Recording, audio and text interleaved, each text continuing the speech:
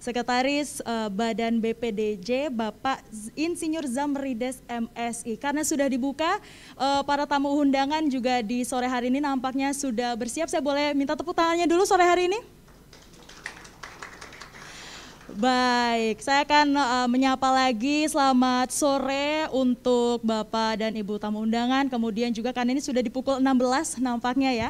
Saya mau sapa juga untuk sahabat Sonora ini yang menyaksikan di live streaming kami di kanal YouTube dan juga untuk teman Motion ini yang juga karena kita streaming ya di Radio Motion Jakarta dan juga Bandung. Dan juga pastinya terima kasih untuk para tamu undangan yang sudah hadir di ruangan ini. Kita berada di satu acara ya sore hari ini, Ngopi Jabodetabek, ngobrol persoalan transportasi Jabodetabek dengan temanya adalah Bis Kita, inspirasi angkutan umum perkotaan terintegrasi di Bodetabek. Kalau dari tadi saya sudah menyapa Bapak dan Ibu tamu undangan, kemudian tadi juga kita sudah dengarkan ya sambutan dari Bapak Sekretaris Badan BPTJ. Berarti saatnya saya harus perkenalan diri dulu. Salam kenal, selamat sore. Saya Sesa yang akan memandu acara ini dari awal hingga akhir, nanti kita diskusi ya. Jadi juga ini juga untuk sahabat Sonora, teman Motion, dan juga untuk para tamu undangan yang ingin bertanya di diskusi ini silakan. Boleh ya, boleh dicatat dulu pertanyaannya apa. Nanti kita akan diskusi bareng untuk tema kita, untuk webinar kita secara hybrid di sore hari ini ya. Dan juga ini karena sudah dibuka, jadi memang untuk para tamu dan undangan juga Badan Pengelola Transportasi Jabodetabek atau BPTJ ini sejak November di tahun 2011 telah 2021 ya, ini telah meluncurkan program BTS atau By the Service, layanan angkutan umum massal perkotaan berbasis BRT atau Bus Rapid Transit di Kota Bogor.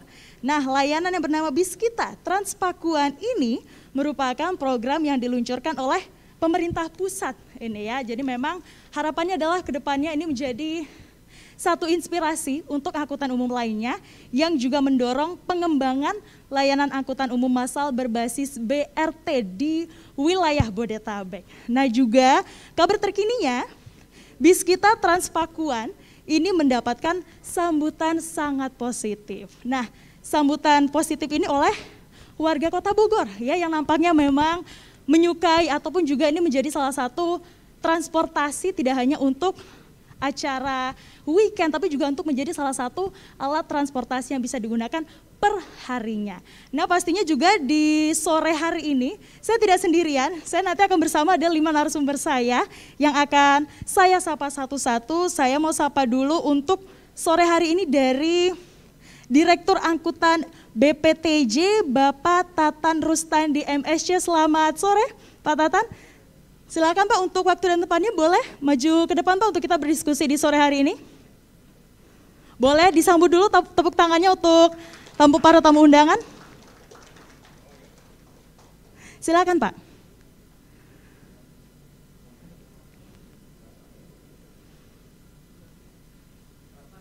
Dari sini boleh Pak, silakan.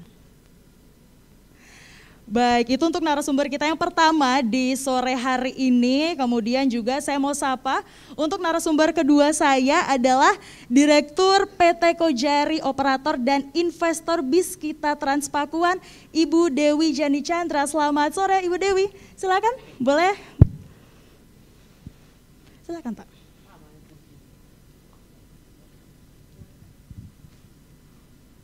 Salam sehat Ibu Dewi. Pak Tatan, salam sehat. Kemudian juga untuk narasumber kita yang ketiga ada dari Ketua Koalisi Pejalan Kaki Bogor, Ibu Irna Kusumawati. Selamat sore Ibu Irna, silakan.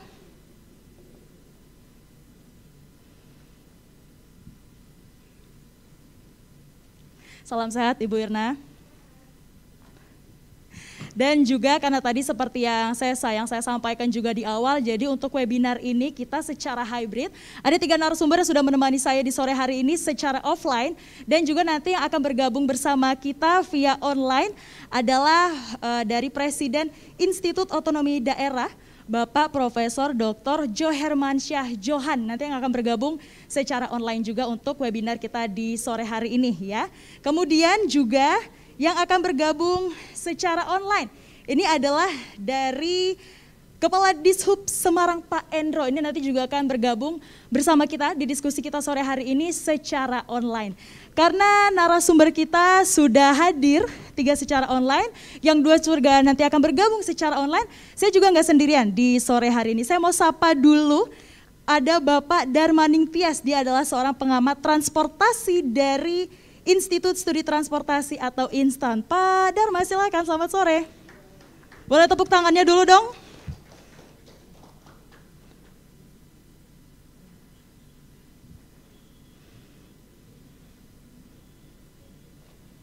Dari sini, Pak.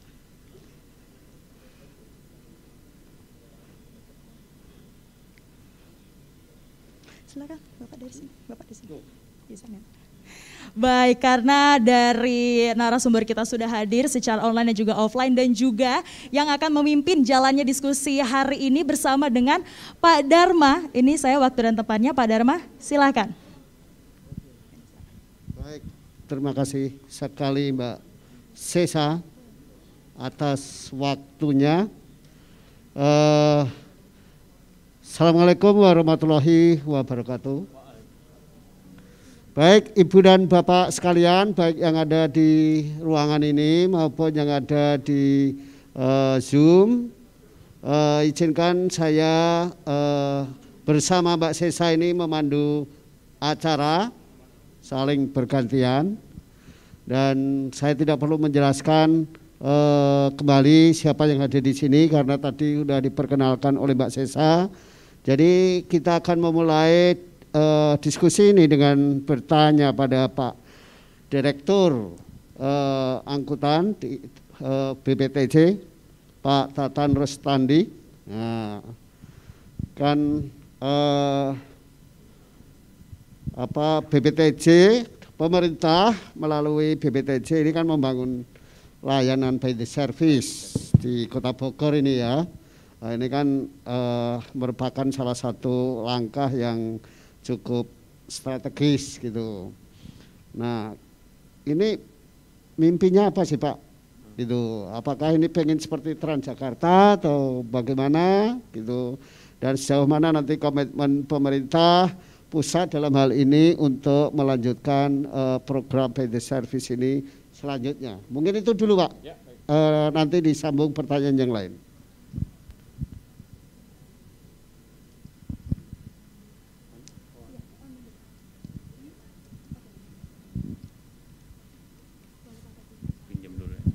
Baik, terima kasih, selamat sore, Assalamualaikum warahmatullahi wabarakatuh. Salam sehat bagi kita semua. Yang saya hormati dan saya kagumi Pak Darmaning Tias. Yang saya hormati mitra di Bogor, Bu Dewi sama Bu Irna, orang Bogor ya. Silahkan mengkritisi kinerja kami di Kota Bogor, kita terbuka. Ingin saya sampaikan bahwa by the service ini sebenarnya merupakan perubahan paradigma di dalam mengembangkan kebijakan angkutan umum di perkotaan. Ini diawali di Kementerian Perhubungan itu 2021, dimulai di 5 kota sebelum Bogor. Kemudian 2022 masuk ke Kota Bogor ya, 2021 akhir di Kota Bogor. Ini BTS ini sebenarnya by the service, jadi kita ingin mimpinya ada sebuah peradaban di dalam angkutan umum. Jadi potret angkutan umum itu di samping modernisasi tapi ada peradaban, di mana di situ ada digitalisasi, di situ ada kenyamanan, di situ ada kepastian, kemudian ada safety, kemudian passenger merasa secure menggunakan angkutan umum. Jadi itu yang disebut namanya kesetaraan pelayanan. Jadi orang Bogor atau kota-kota lain bisa menikmati peradaban angkutan umum yang telah terjadi di Jakarta seperti Transjakarta. Jadi tidak kaget lagi, masyarakat Bogor begitu ke Jakarta sudah tidak kaget karena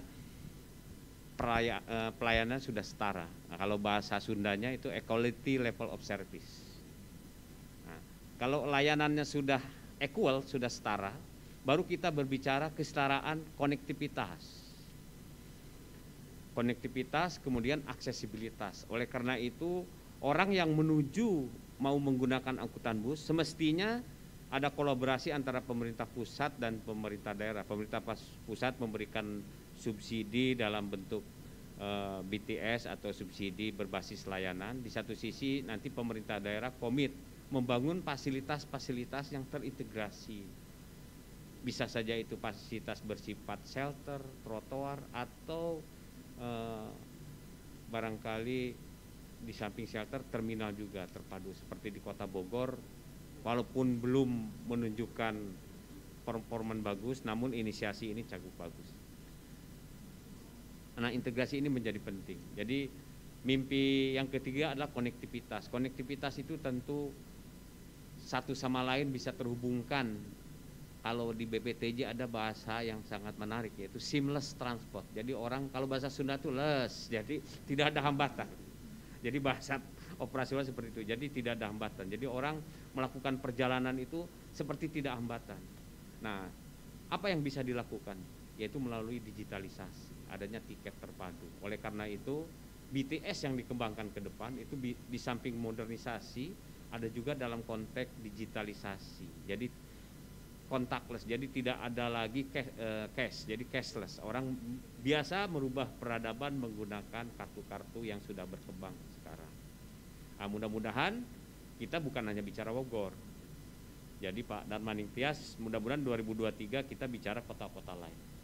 Dan tentu ini harus dikaji betul karena dampak sosialnya itu ada positif dan negatif. Positifnya demand terjadi seperti di Kota Bogor yang waktu launching awal itu sekitar 30-40% load faktornya, sekarang sudah 61 atau 63. Dulu sekitar 3.000-an, sekarang mungkin rata-rata itu antara 10.000 sampai 11.000. Bahkan mengalami puncak load faktornya di atas 100%. Di atas 100% ini mungkin karena ini bukan berarti bisnya padat, tetapi naik turunnya menjadi lebih banyak kapasitasnya. Itu faktor load faktor dinamis namanya. Nanti mungkin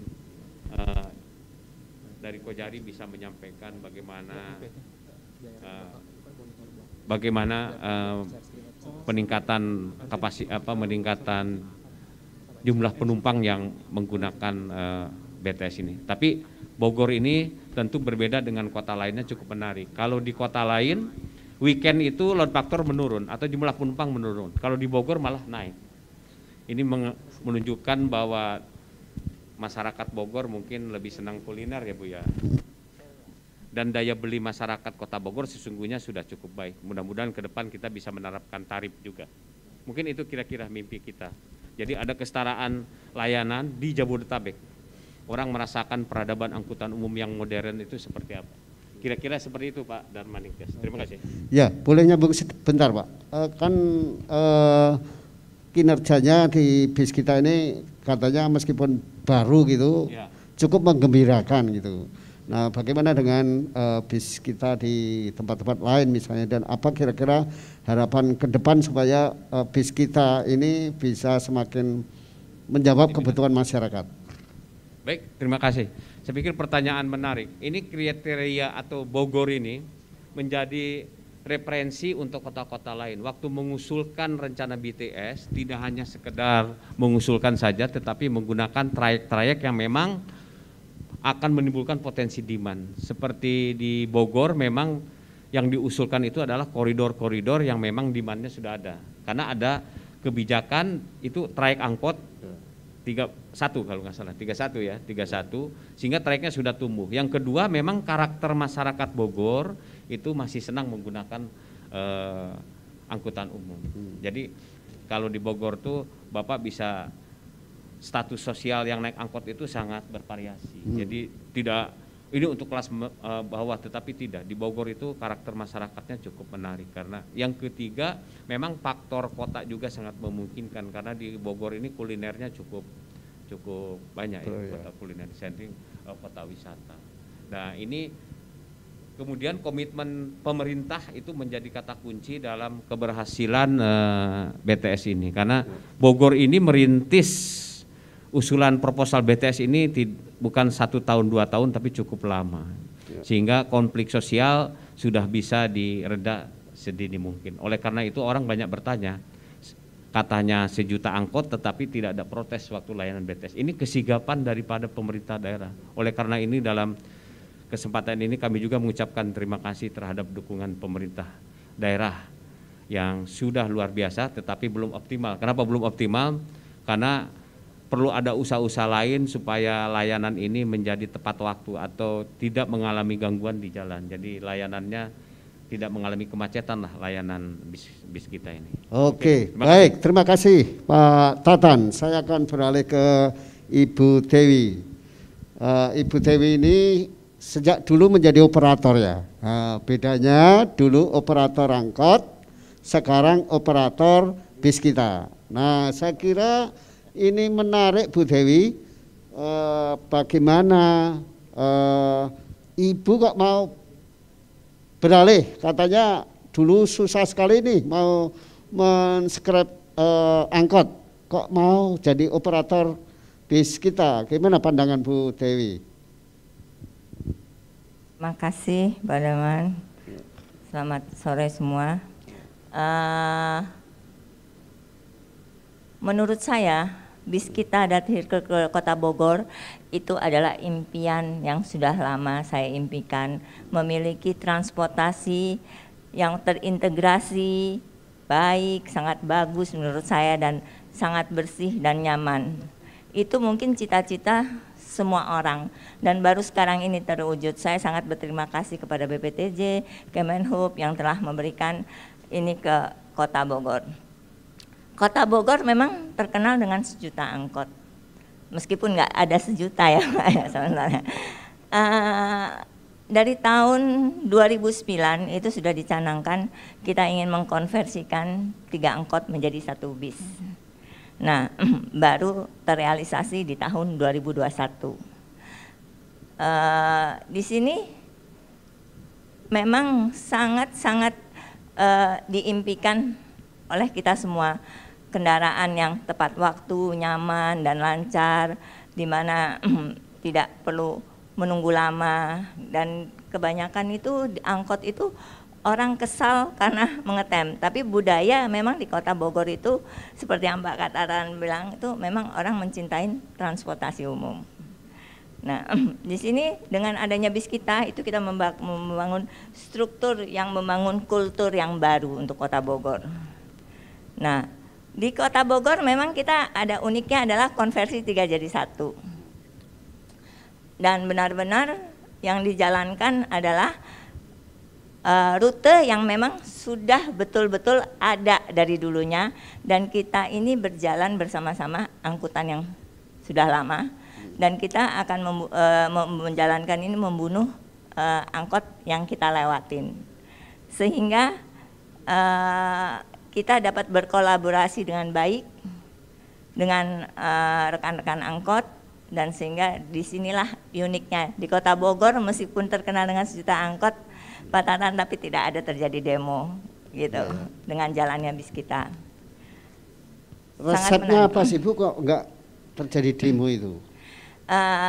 Resepnya itu ya kita berkomunikasi dengan baik Pak, dengan Organda, dengan KKU, KKSU gitu, dan kebenaran saya juga Dewan Pengawas di Organda gitu. Kita berkolaborasi dan kita selalu membahas gitu Pak, membahas dengan baik, sehingga mereka pun diikut sertakan oleh Disub, juga diikut sertakan bahwa mereka juga ikut menjaga Pak. Jadi Satgas malah kita ajak semua pada saat BTS itu diluncurkan. Itulah berbedanya Pak, jadi tidak ada demo, tidak ada ininya. Itu memang satu kekompakan. Malah ini bisa saya putarkan, kemarin kita juga mengambil salah satu dari pengemudi adalah dari supir angkot Pak. Ini komentar dia, saya mau ke sini kemarin baru saya ambil nih. Apa komentar dia tentang bis kita? Oke, kita dengarkan komentarnya ya. Ya. Kita. Jadi pemirsa bisa melihat langsung perkembangan bis kita dari yang dioperasikan oleh Bu Dewi ini. Dan Bu Dewi ini betul-betul seorang pejuang. Dulu saya di angkot 07, pernah juga di 08. 09, 03. Ya, jalur berapa itu Pak? Jalur 08. Ya. Sebelumnya saya bekerja di pengemudi angkot 17. Angkot 017 Pak. Sudah saya bekerja sebagai pengemudi angkot 09. 09 Pak. Begitu hadirnya bis kita masuk ke Kota Bogor telah merubah kehidupan saya Pak. Penghasilan pun saya lebih baik.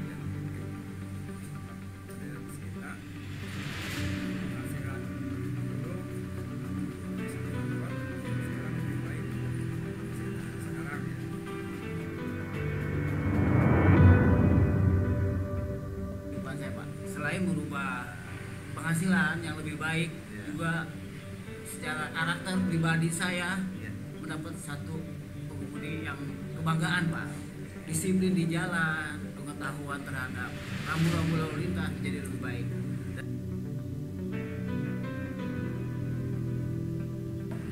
Animo masyarakat di Kota Bogor ini Pak sangat luar biasa. Karena apa? Selama ini Bogor yang dikenal sebagai kota 1000 angkot dengan transportasi yang gak nyaman, banyak pengamen, terganggu sekali. Bis kita ini hadir memberikan satu kenyamanan, keamanan. Ya, pesannya agar segera dibuka koridor baru karena antusias dari masyarakat mengharapkan penambahan koridor dan transportasi ini agar lebih mengurangi kemacetan. Dibuka tambahan koridor aja lah, karena asosiasi kita di lapangan dan membangun pada dinas terkait agar bisa mengaktualisasi mobil dan fasilitas kepolisian. Saya kan ada di koridor 6 Parung Banteng ya. Agar segera dibuka karena apresiasi dari penumpang di lapangan. Lainnya Pak ya yang Ya. lagi. Oke, mungkin bisa dilanjutkan Bu supaya tertangkap oleh karena nggak terdengar oleh radio. Ya, silakan Bu. Mungkin Ya. pengalaman Pengalaman proses. saya pertama kali juga Pak waktu kita menjalankan ini pertama kali memang kan waktu hadir di Kota Bogor bis kita itu merupakan seperti euforia. Jadi penumpang itu sampai antri Pak, seperti antri mau masuk bioskop, panjang sekali mereka membelain, dan kurva pada waktu itu sampai dengan akhir Desember merupakan satu lengkungan, berarti itu hanya euforia. Di puncak-puncaknya itu hanya siang hari, tetapi mulai bulan Januari kita beroperasi lagi, terus sampai dengan Maret, sampai dengan akhir April ini kelihatan sekali Pak bahwa kurva itu sekarang kotak, dan 40% penumpang pagi itu di jam kerja Pak, dan 60% di jam 5 sampai jam 7 malam, menunjukkan bahwa penumpang kita sekarang adalah penumpang tetap, dan mereka sangat mengenalin Pak driver-driver itu karena masih gratis. Jadi ibu-ibu itu selalu membawakan bekal, ada yang membawakan pisang goreng, ada yang membawakan nasi bungkus buat para driver makan, karena dia merasa bersyukur banget. Dia merasakan bahwa bis kita hadir itu sangat betul-betul dibutuhkan oleh masyarakat Kota Bogor, dan masyarakat Kota Bogor sangat mencintai bis kita. Hal itu dibuktikan dari minggu ke minggu, hari ke hari, penumpang load faktornya semakin naik. Bahkan di koridor 2 itu load faktor bukan hanya seperti di, kalau rata-rata kita 61,75%, tapi kalau di ada di koridor 2 itu sampai 112%. Pada jam-jam pagi maupun jam sore itu penumpang penuh, yang berdiri pun penuh. Nah, sampai dan halte pun, halte yang di depannya Budi Mulya itu berjubel Pak. Dari stasiun tuh haltenya cuman di situ yang paling padat sekali Nah, mereka mengantri bis kita di situ. Nah, ini bukti salah satu contoh adalah bis kita itu memang sudah dicintai oleh masyarakat. Saya Pak Tias juga suka naik bis kita. Jadi kalau saya naik, saya tanya-tanya mereka langsung bilang, Bu, jangan berhenti lagi ya bis kitanya ya Bu, katanya gitu. Mereka betul-betul sudah menjadikan bis kita adalah salah satu kebutuhan mereka. Dan boleh juga seperti kita tadi ngobrol-ngobrol, saya juga ada bertanya-tanya bagaimana kalau sudah bertarif gitu. Mereka bilang mereka tetap akan naik bis kita. Bagus. Pertanyaan Bu, kira-kira itu bisa mendorong pengusaha-pengusaha angkot untuk ikut menjadi operator bis kita enggak? Jadi mereka akan men-scrap angkotnya ikut jadi operator bis kita. Kalau saya rasa para pemilik angkot itu pasti mau Pak ikut. Cuman masalahnya belum tentu mereka kan memiliki dana untuk memiliki bus ya Pak ya. Tapi kalau mungkin kita bisa mengadakan feeder Pak, feeder BTS, pasti mereka mampu Pak. Mereka juga sangat membutuhkan feeder BTS untuk angkot di Kota Bogor ya. Semoga BPTJ juga akan memberikan feeder angkot untuk Kota Bogor. Nah, seperti dikatakan juga oleh para driver bahwa mereka sangat bangga, mereka padahal dari supir-supir angkot, mereka beralih banyak mengalami perubahan ya Pak ya, dari sikap, dari cara menyetir, perilaku. Nah, dan mereka kita ajak kan untuk 3S Pak. Sapa, senyum, dan memberikan solusi. Jadi kadang-kadang penumpang naik nih, saya mau ke jurusan Parung Banteng, Pak dia naik dari Ciawi, sampai mana saya harus turun. Nah, itu dia akan memberikan solusinya. Oke, baik, terima kasih Bu Dewi. Nanti kita lanjutkan. Sekarang saya kembalikan Mbak Sesa lagi. Jadi tadi kalau kita melihat dari load factor tadi disampaikan oleh Ibu Dewi juga, ternyata kalau dari catatan ini ternyata di Maret 2022 bahkan untuk load factornya ini kurang lebih 11.000 penumpang per hari ya Ibu Dewi ya. Jadi cukup tinggi juga, antusiasme dari warga Kota Bogor ini juga cukup tinggi nampaknya Ibu Dewi ya. Baik, untuk Ibu Dewi dan juga untuk narasumber kita di sore hari ini Pak Dharma, ini kita harus menyapa dulu satu narasumber kita yang sudah bergabung secara online dari Presiden Institut Otonomi Daerah Profesor Dr. Jo Hermansyah Johan. Selamat sore. Selamat sore Pak. Bisa terdengar suara kami Pak? Nampaknya saya ikut nih masih sehat, nggak bisa datang. Baik, Profesor Jo, nanti kita akan ke Profesor Jo, namun kita nanti kita akan sapa lagi, kita akan melanjutkan lagi diskusinya di sore hari ini, begitu Profesor Jo? Silakan, saya monitor ya. Baik, terima kasih. Silakan Pak Dharma. Oke, kita undang Pak, dalam hal ini Pak Dinas Perhubungan Semarang. Nampaknya untuk Wali Kota Semarang ini akan diganti Pak Dharma, ini akan diganti oleh Kepala Disub Semarang Pak Endro. Apakah sudah bergabung juga di sore hari ini Pak Endro? Selamat sore Pak Endro. Kalau belum bergabung bisa nanti kita akan sapa lagi. Benar, Pak nanti kita dulu. Gimana Pak? Pak Johan dulu kalau Pak Endro. Kalau Pak Endronya belum bergabung nampaknya iya. Gitu. Baik. Selamat sore Prof. Johan. Ya Pak Dharma, ya selamat sore ya. Ya, saya Dharma Ningtyah dan Mbak Sesa untuk memandu acara ini. Nah, kalau dari Prof ini sebetulnya kita ingin lebih menggali pandangan-pandangan Prof mengenai pengembangan angkutan umum di Indonesia. Jadi sebetulnya kalau kita merujuk pada regulasi Undang-Undang LLAJ nomor 22 2009 amanatnya sudah jelas bahwa pemerintah dan pemerintah daerah itu wajib menyediakan layanan angkutan umum. Tapi sampai hari ini yang pemerintah daerah yang betul-betul sudah komitmen dengan APBD-nya menyelenggarakan angkutan umum ini kan baru 2 tempat nih, Jakarta dan Semarang. Nah, sebetulnya menurut Prof. Johar, ini apa sih sebetulnya problem di pemerintah daerah lainnya? Kan sebetulnya banyak kota-kota lain yang sebetulnya sudah harus punya layanan angkutan umum. Nah, saya mempersilahkan Prof. untuk menyampaikan pencerahan kepada kami semua. Silakan Prof. Baik, terima kasih Pak Dharma.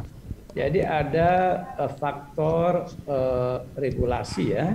Tadi udah lalu lintas, angkutan jalan ya. Kemudian kalau untuk otonomi daerah ini diatur di Undang-Undang Pemerintahan Daerah. Kita sudah punya yang terakhir Undang-Undang Nomor 23 Tahun 2014. Nah, dalam undang-undang itu sebetulnya tegas, eksplisit bahwa urusan pemerintahan itu yang disebut dengan urusan pemerintahan wajib, tapi non pelayanan dasar. Nah, ada yang wajib, tapi urusan wajib pelayanan dasar. Pak Dharma tahu pendidikan itu wajib pelayanan dasar itu kan? Nah, tapi yang perhubungan ini dikategorikan wajib juga ya diurus oleh Pemda, tapi masuk kategori non pelayanan dasar. Soalnya mungkin gini, karena kalau nggak ada pendidikan bisa bodoh, nggak ada kesehatan orang bisa mati gitu ya. Nah, kalau nggak ada transportasi kan orang masih bisa pakai yang ya masih survive lah, pakai macam-macam. Jalan kaki, kuda gitu itu ya. Udah nggak masuk dengan cara berpikir seperti itu. Nah, kalau menurut saya memang ini harus di-push juga nantinya kalau ada peluang. Regulasi nih, kita melihat perkembangan perkotaan paling tidak itu sudah masukkan ke dalam wajib pelayanan dasar. Kebutuhan sehari-hari kan angkutan kota karena terkait dengan pekerjaan, pendidikan juga anak-anak sekolah ya. Kemudian orang pergi ke tempat kerja. Jadi itu mungkin satu catatan saja dalam soal regulasi ini menjadi kurang kuat. Kalau dia wajib non pelayanan dasar, kepala daerah itu dalam mengalokasikan dana APBD-nya masih tidak ada paksaan yang kuat gitu ya, bisa dia taruh, bisa juga dia tidak taruh ya, atau dia taruh sedikit. Nah makanya dalam praktek sekarang yang komitmen kepala daerahnya kuat itu seperti DKI Jakarta, Gubernur memang juga APBD-nya sangat mendukung kan. Lalu ada Kota Semarang. Semarang ini saya kira ada yang wakili Pak Wali itu sebetulnya juga imbang dengan kota-kota besar lainnya, tapi kok dia mau dan bisa.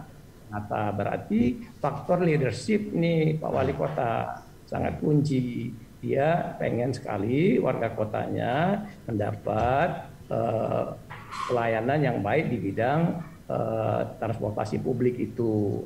Nah, oleh karena itu juga untuk mendorong Pak Wali atau para kepala daerah ini pusat nih, jadi Kemdagri terkait di pusat juga harus memberi semacam petunjuk-petunjuk yang kuat ya, namanya NSPK, norma, standar, pedoman, kriterianya harus diperjelas sehingga kita paksa tanda petik ya, walaupun bukan wajib pelayanan dasar, mau mengurus angkutan kota ini dengan cara yang mungkin tidak sekuat DKI seperti pola Trans Pakuan Bogor ini. Saya dengar itu dengan model BTS istilahnya kan ya, by the service ya. Nah, jadi itu kan mestinya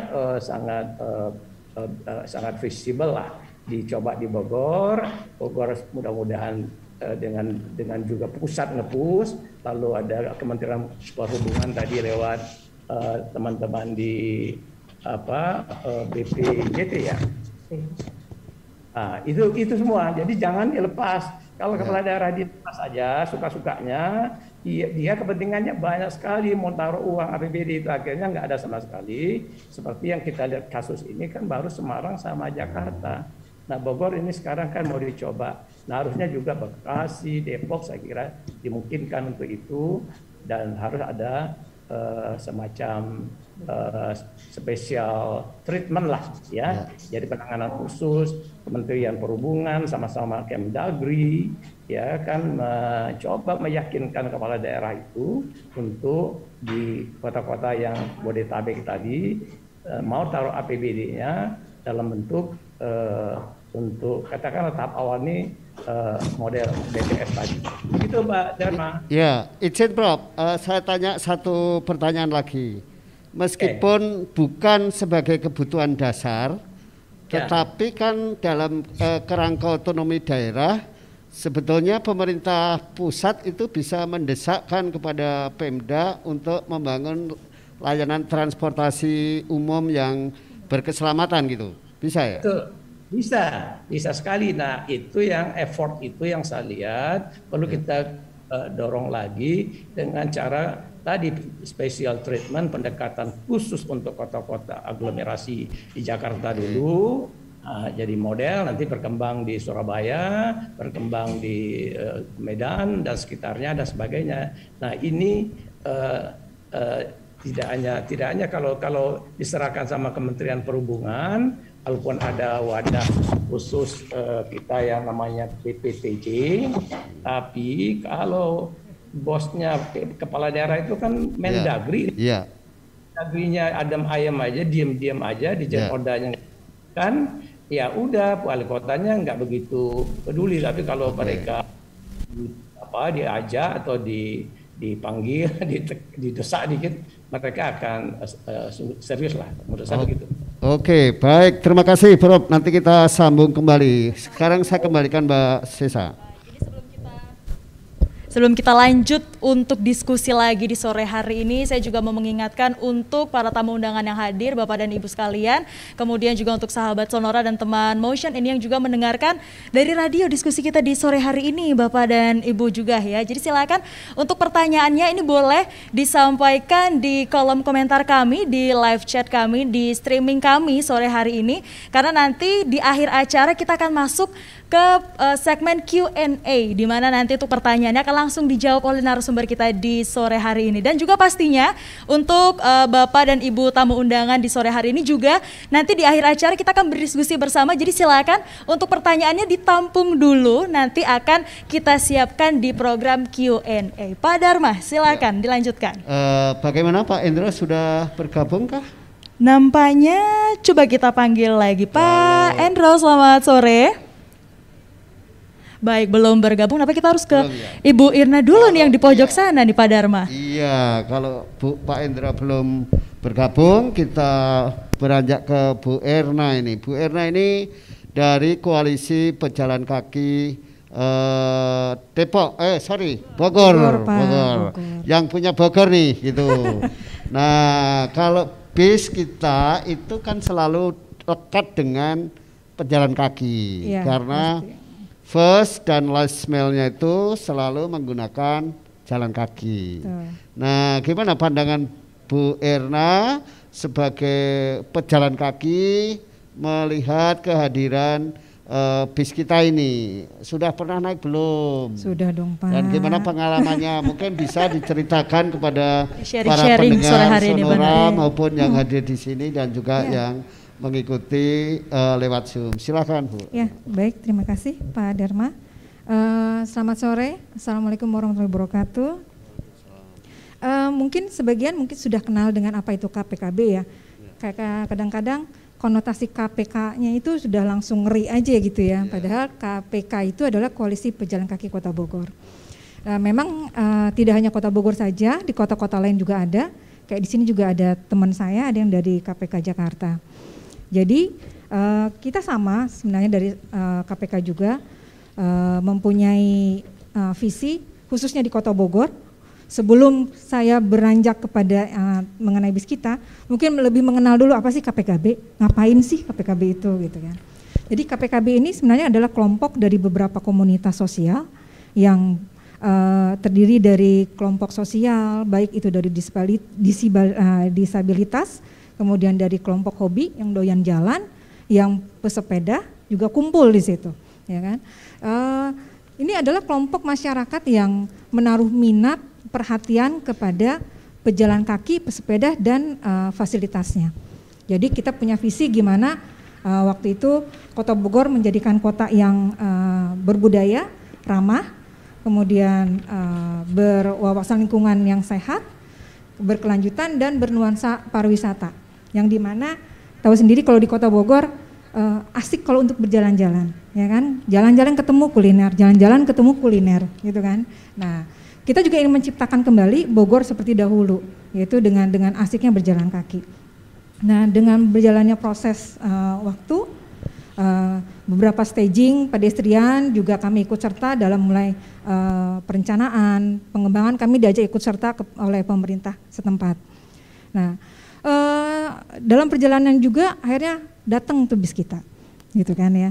Tapi kembali lagi tadi yang sebut dengan Pak Dharma, bagaimana sih pejalan kaki ini dengan terkait kedatangan dengan bis kita?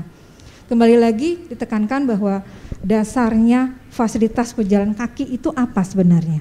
Nah, jadi prinsip pejalan kaki itu supaya lingkungan fasilitas itu lingkungannya harus aman, nyaman, kemudian selamat, ya kan, aksesnya gampang oleh siapapun, baik dari kalangan kita maupun dari kelompok masyarakat rentan seperti disabilitas, ibu hamil, orang tua. Kemudian tidak adanya kendala atau terus menerus jaringan ini tuh tidak terpotong untuk ketujuan tertentu, gitu loh. Kembali kepada bis kita yang tadi sudah dikatakan bahwa kami ini pejalan kaki adalah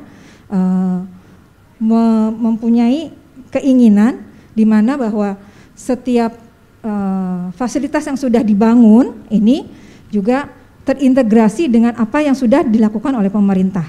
Contohnya, kami apresiasi sekali yang tadi sudah dikatakan juga bahwa ada konversi program pemerintah dari 3 ke 1 gitu ya. Tapi fasilitas yang memang yang dilakukan, fasilitas halte khususnya, ini kami mohon sekali supaya bisa terintegrasi dengan pedestrian. Contohnya, saya juga ada foto-fotonya di situ. Apa yang disebut dengan terintegrasi, fasilitas terintegrasi, bahwa halte yang sekarang ini adalah tidak atau minim sekali dan pembangunannya juga belum optimal, yaitu tidak ada integrasi dari halte dengan pedestrian, ya kan. Kemudian suatu titik halte tertentu itu tidak ada penyeberangan atau tidak ada zebra cross-nya. Kemudian juga layanan antara koridor dengan koridor juga tidak ketemu integrasinya. Jadi ketika seseorang ingin ke koridor, misalnya dari koridor 1, kemudian ingin pindah ke koridor berapa tuh kalau Parung Banteng? 5 apa 6? 6 gitu. Tidak ketemu titik gitu kan. Akhirnya tidak ada integrasinya.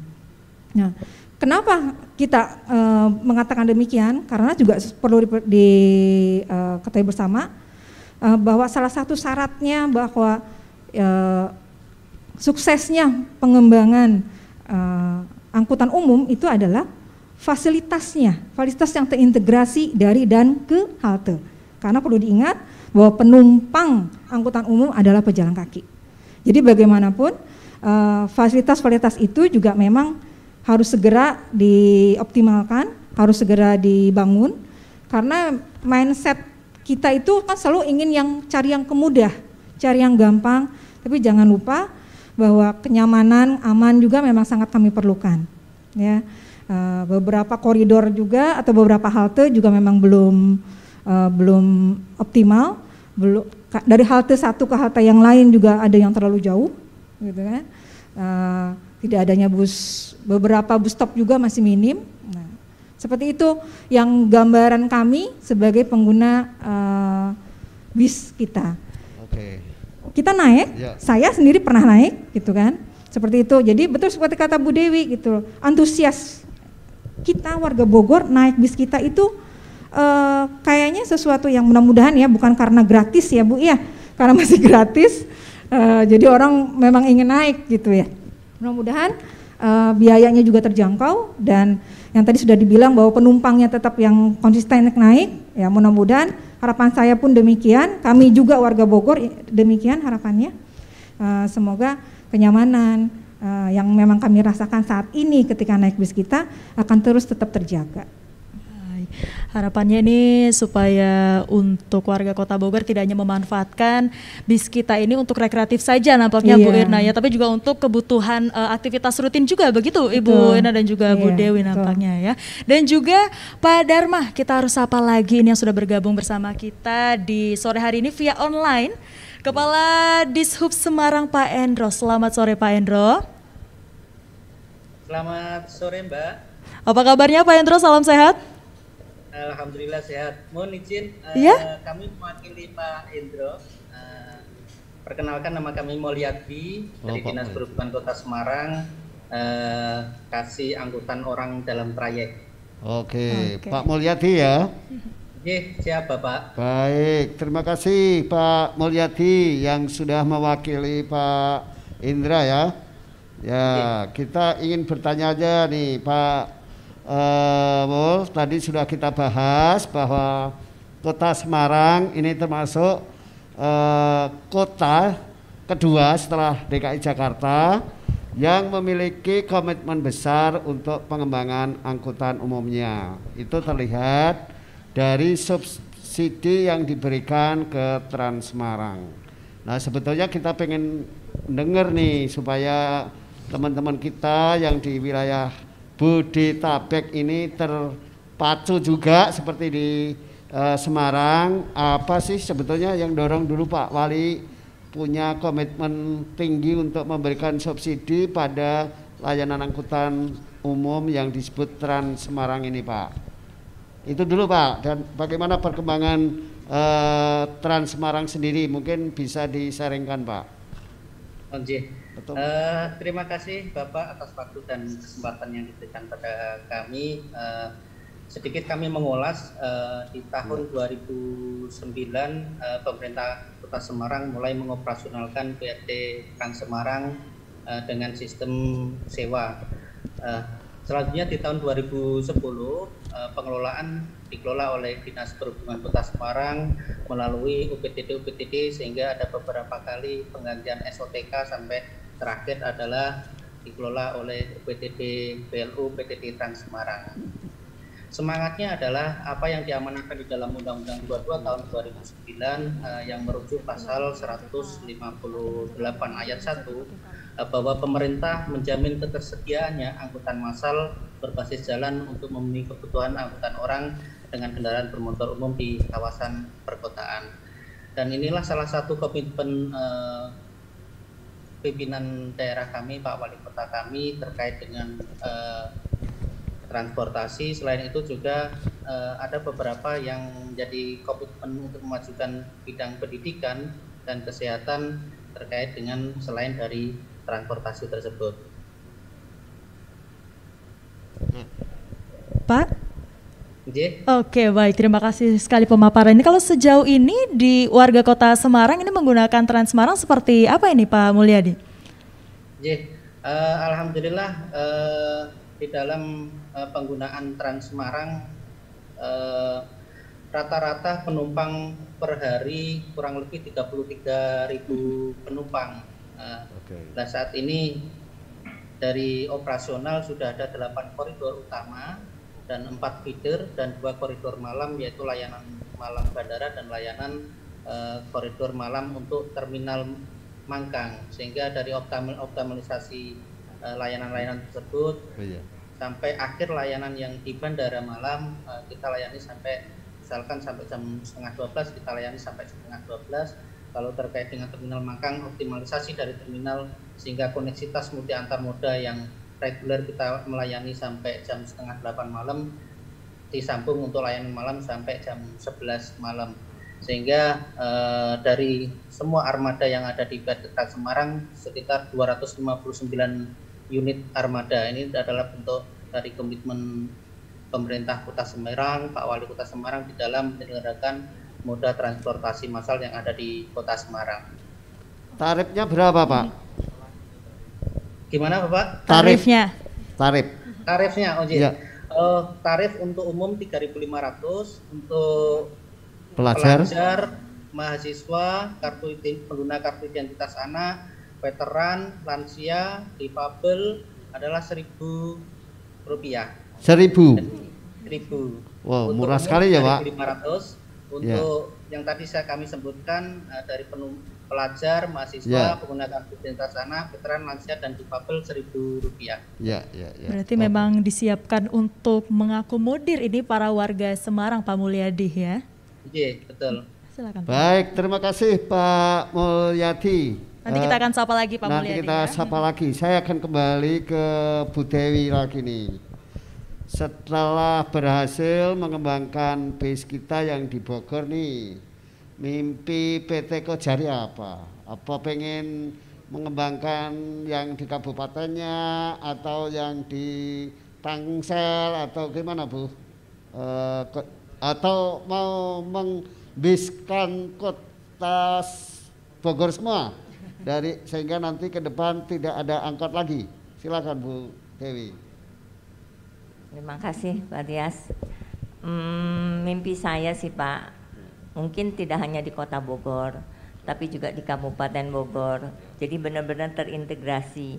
Contohnya dari Kota Bogor ya Pak ya, dari Baranang Siang itu bisa sampai ke Citerep. Jadi sangat bagus menurut saya, itu juga bangkitan penumpangnya, load faktornya sangat bagus. Harusnya di tempat-tempat yang strategis seperti ke Cisarua itu juga bagus load faktornya, ke Cilengsi. Jadi menurut saya perkembangan itu sangat bagus untuk Bodetabek. Ya, semoga BPTJ di tahun 2023 itu terintegrasi dari Bogor ke Bekasi, dari Bogor ke Kabupaten Bogor ke Depok, itu sangat bagus Pak.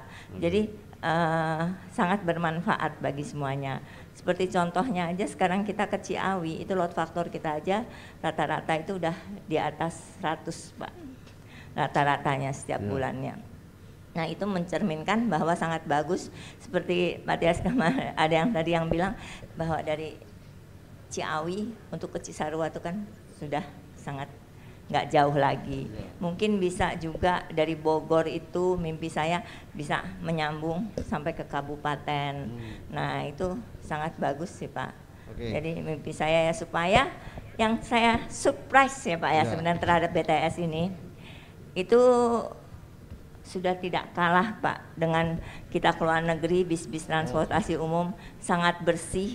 Nyaman dan ya nyaman benar. Dan itu terus terang aja MP-nya ada kan, ada pengelola MP manajemennya itu, badan pengawasnya tuh luar biasa Pak.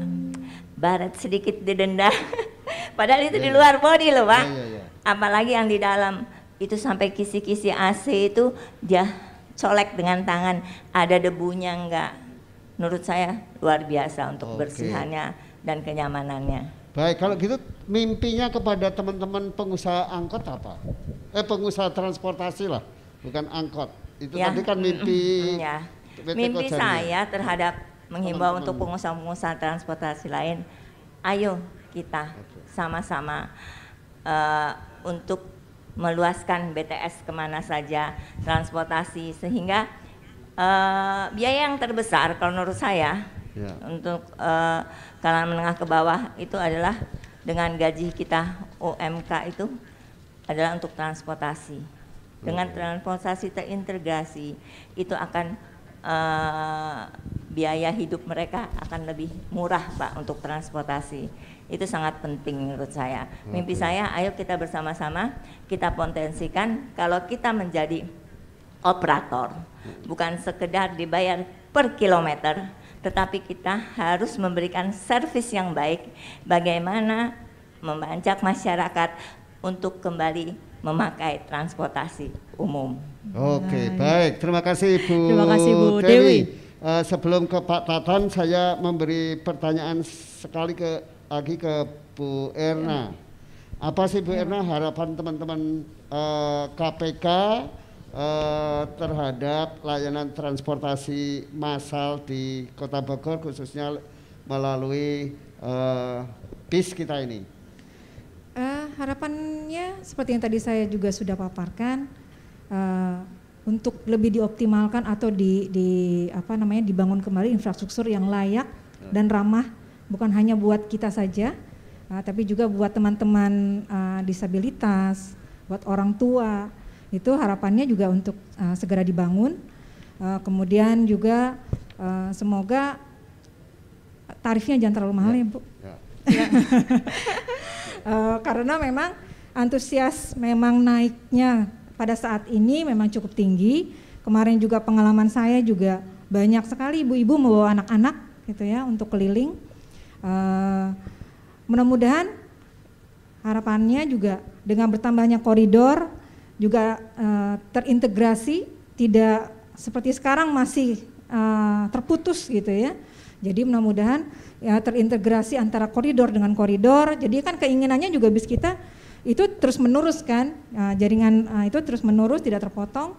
Kemudian juga infrastrukturnya yang baik gitu loh. Kemudian harapannya bahwa tadi yang pertama adalah tarifnya jangan terlalu tinggi.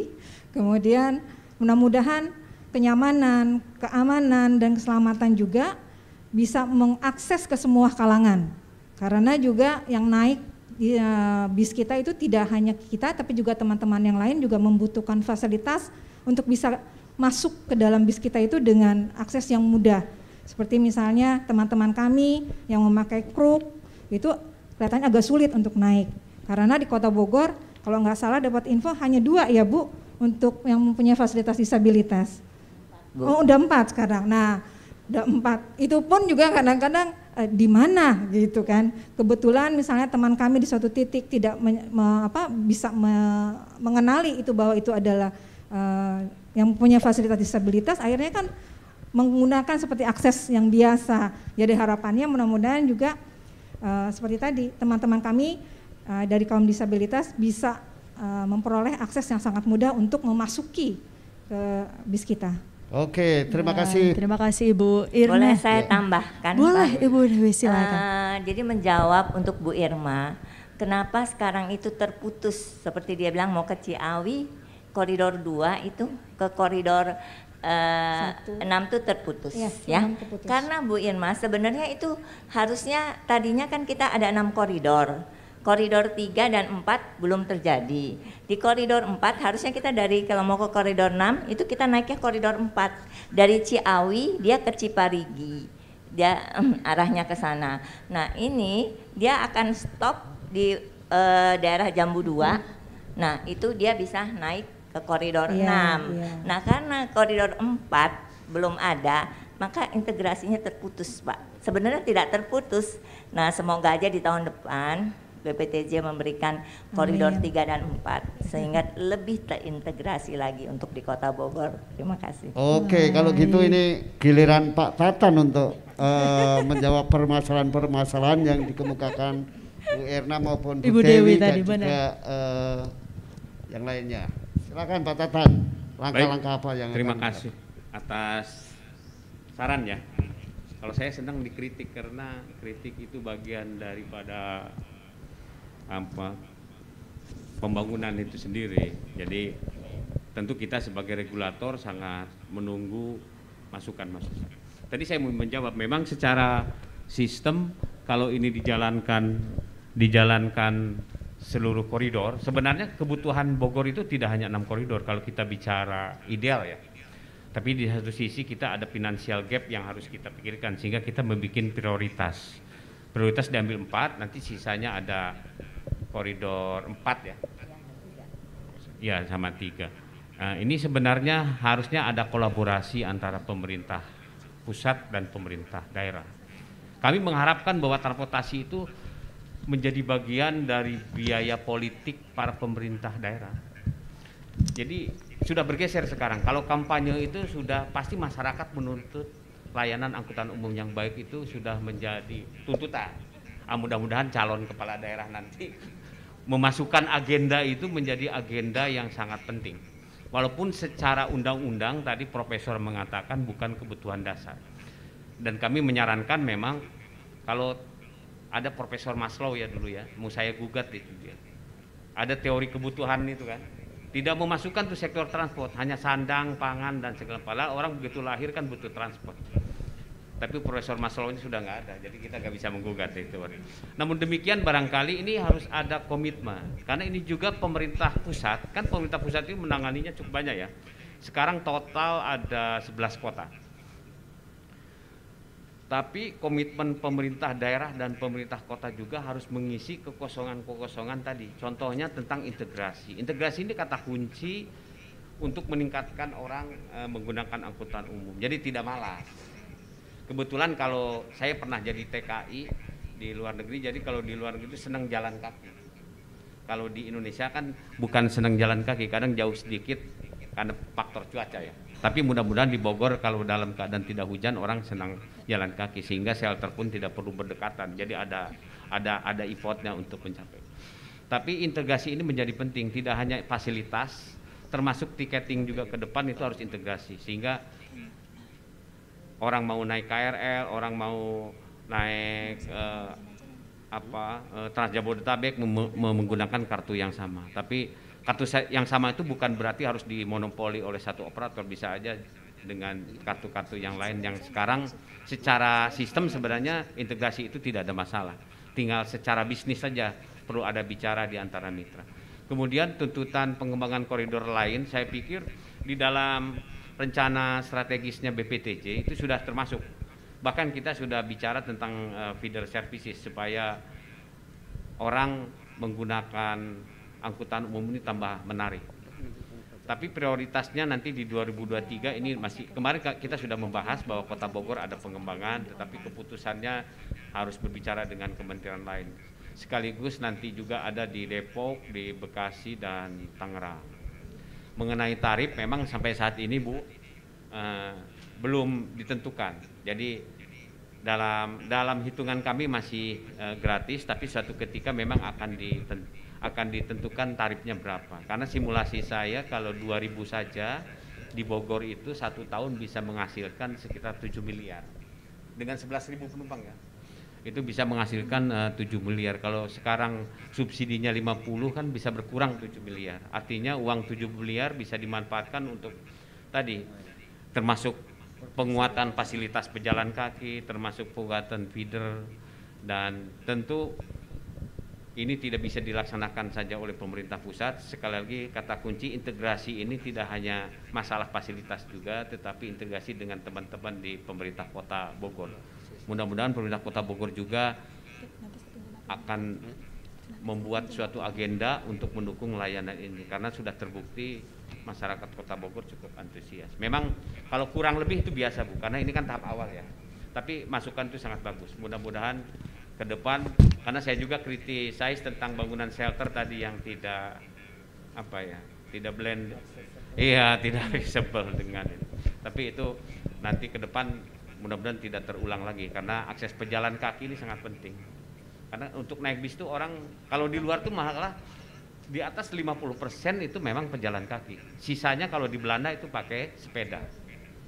Nah ini yang menarik lagi, ternyata saya pernah wawancara Pak Darmaning.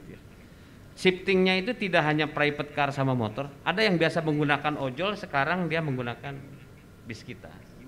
Jadi ini masyarakat sudah mulai berbicara, karena dengan bis kita ini standarnya cukup tinggi. Bu Dewi mohon maaf karena dendanya ini luar biasa nih Bu Dewi. Kita ada namanya SLA, Service Level Agreement. Di BTS ini bukan serta-merta memberikan uang, tetapi harus ada kriteria standar pelayanan yang harus dipenuhi oleh operator, sehingga kehati-hatiannya sangat tinggi. Kenapa? Ini untuk merubah tadi peradaban ya. Peradaban itu bukan hanya masyarakat, tetapi peradaban juga buat pengambil keputusan untuk memberikan prioritas terhadap. Jadi peradaban ini mudah-mudahan bisa merubah karakter juga, dan tadi terbukti para driver ya Bu ya sudah merasa bagaimana dia nyaman dengan menggunakan sebagai pengemudi, dan pengemudi itu menjadi profesi yang sangat diapresiasi. Jadi bukan lagi profesi yang dianggap kelas bawah, tetapi profesi yang sangat membanggakan bagi keluarganya. Nah, kata kunci terakhir saya ingin menitipkan, semoga menaik angkutan umum ini menjadi gaya hidup. Jadi gaya hidup masyarakat bukan hanya di Kota Bogor, tentu di Jakarta sudah menjadikan gaya hidup menggunakan angkutan umum. Demikian kira-kira Pak. Baik Pak Tatan, terima kasih. Ini ya juga kita mau sapa dulu untuk narasumber kita yang via online ini Pak Dharma. Saya mau ke Profesor Dr. Johermansyah Johan dulu. Pak Jo masih bergabung bersama kami?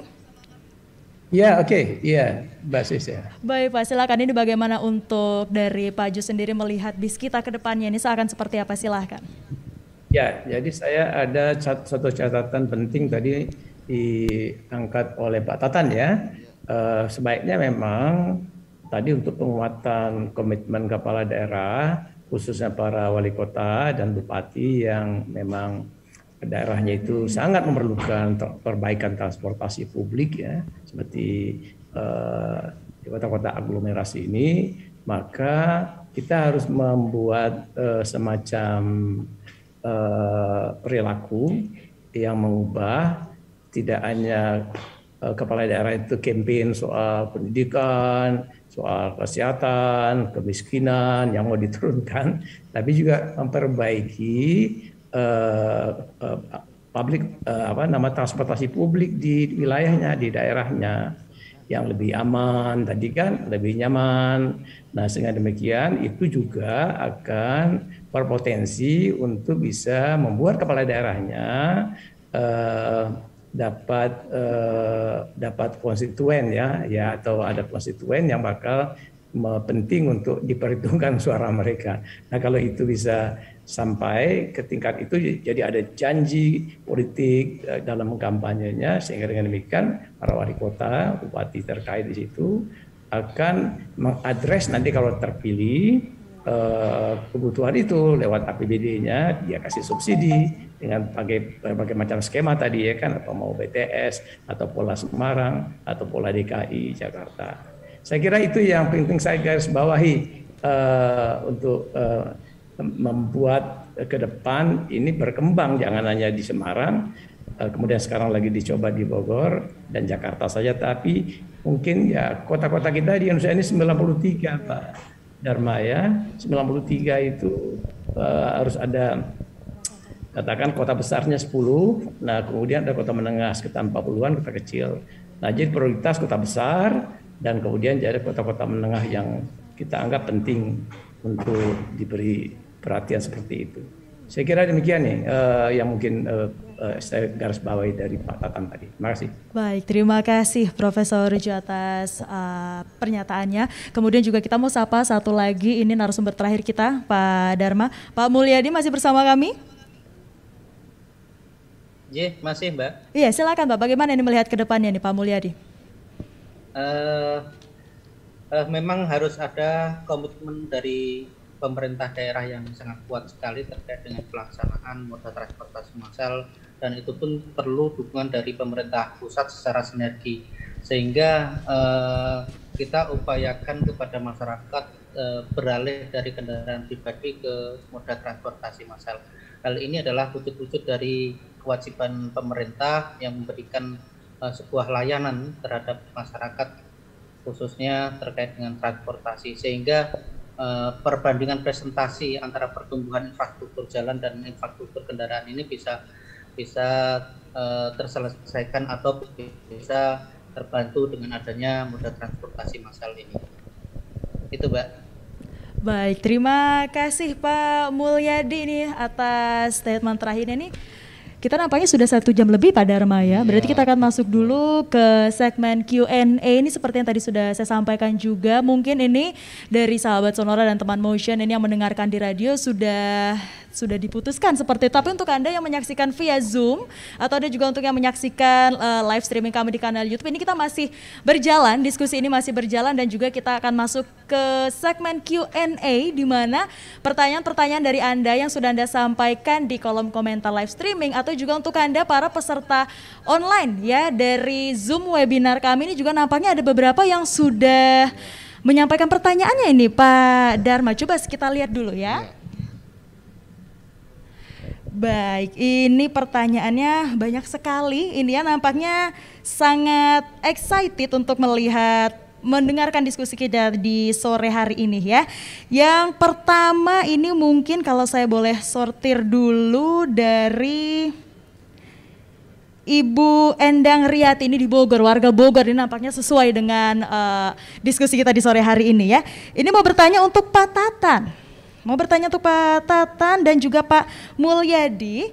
Pertanyaannya adalah apa perbedaan mendasar pada pengaplikasian konsep AS ya. Ini pada layanan transportasi bis kita dengan pengoperasian BRT Semarang. Kemudian bagaimana strategi menjembatani komunikasi antara kepentingan transportasi bis kita sebagai fungsi pelayanan publik dengan kepentingan untuk mencari keuntungan bisnis. Mungkin dari mending di share yang tambah lain karena mungkin pertanyaan banyak. Jadi kalau satu-satu waktunya nggak cukup. Oh, ini mungkin tapi dari Pak Tatan dulu mungkin bisa memberikan pandangan. Oke, baik, kita akan putarkan dulu tuh. Baik, kita akan putarkan juga ini dari Pak Tatan. Ada video dari mana nih Pak Tatan? BTS Bogor. Dari BTS Bogor ya, ini yang akan kita nampaknya untuk melihat perbedaan bagaimana pengoperasiannya seperti itu ya. Dan juga ini nanti juga diingatkan juga bagi Anda yang sudah menyampaikan pertanyaan, nanti ini kita akan ada pemenang. Jadi di akhir acara akan ada hadiah menariknya juga ini untuk Anda untuk kita bagikan, dan juga pastinya untuk para peserta ataupun tamu offline kita. Ini Pak Dharma, nanti juga yang mau bertanya boleh, kita akan membuka diskusi kita di sore hari ini. Masih panjang kebersamaannya nampaknya Pak Dharma ya Pak Tatan. Hadiahnya bisa untuk buka puasa. Waduh, beda cerita Pak Dharma. Cerita videonya nih. Benar. Ya. Nah, mungkin dari Pak Tatan dulu bisa mic-nya. Pinjamnya ini kayaknya bagus ini. Baik, terima kasih sambil menunggu video. Ini yang nanya mahasiswa apa masyarakat ya? Kayaknya masyarakat, tapi warga Bogor ini Pak warga Tatan. Bogor. Ini perbedaan BTS sama BRT ya? Benar. Baik, sebenarnya boleh cerita. She worked nights by the water. She's gone astray, so far away from her father's daughter. She just wants a life for a baby. All on her own, no one will come. She's got to save him. Daily struggle. Jadi konsep pertama BRT itu ada I'm gonna give you all of my love. Nobody matters like you. She tells him your life ain't gonna be nothing like my life. Untuk operasional.